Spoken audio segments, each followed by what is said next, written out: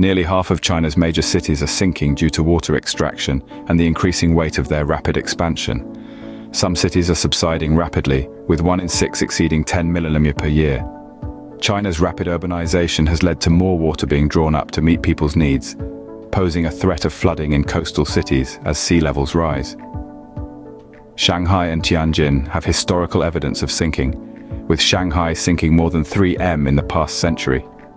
A team of researchers examined 82 cities and found that 45% of urban areas are subsiding by more than 3 mm per year, affecting 67 million people. Factors contributing to subsidence include geology, building weight, groundwater loss, urban transportation systems, and mining activities. The exposure of urban populations to flooding is a major concern, with projections showing a significant risk in the future due to subsidence and sea level rise caused by climate change. The extraction of water from over 1,600 monitoring wells in China has been linked to increasing levels of subsidence in urban areas.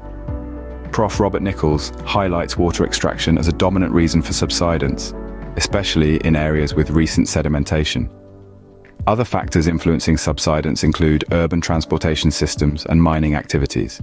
In Pingdingshan, land is subsiding at a rapid rate of 109 mm per year due to coal mining.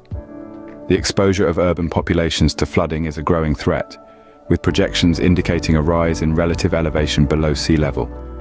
Effective strategies are needed to combat the slow decline and mitigate the risks posed by subsidence and sea level rise. Thank you for watching Topics on Trend. Go ahead and check out another trending video on our channel here.